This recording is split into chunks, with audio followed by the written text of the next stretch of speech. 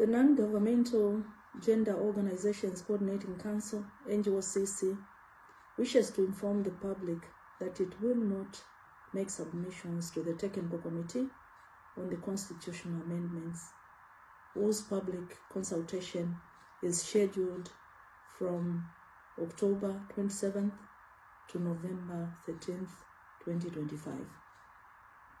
This decision follows deep concerns regarding the legitimacy, inclusiveness, and intent of the current constitutional review process. The ongoing consultation is a residual effect of the widely rejected Constitution of Zambia Amendment Bill number 7 of 2025, popularly known as Bill 7, rendering the entire exercise premeditated and potentially geared towards a predetermined outcome.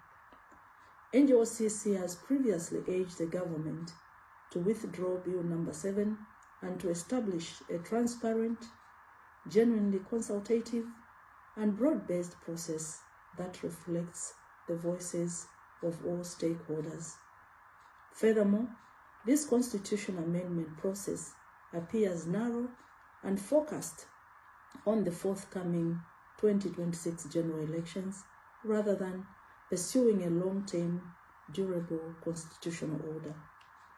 NGOCC reiterates that constitutional reform should transcend electoral cycles and instead aim at building a stable governance framework capable of promoting justice, equity, and inclusion of all citizens.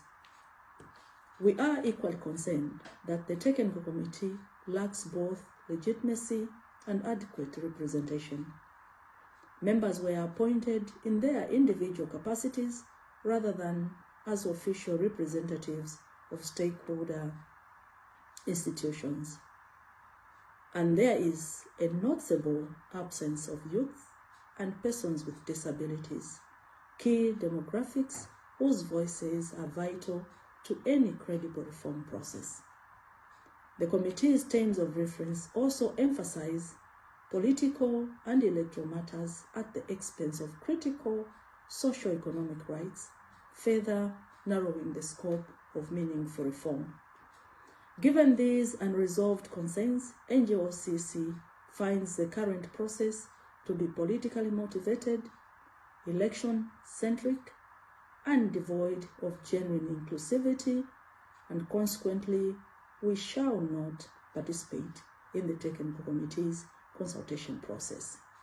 We also urge all well-meaning and patriotic Zambians to reject the flawed process.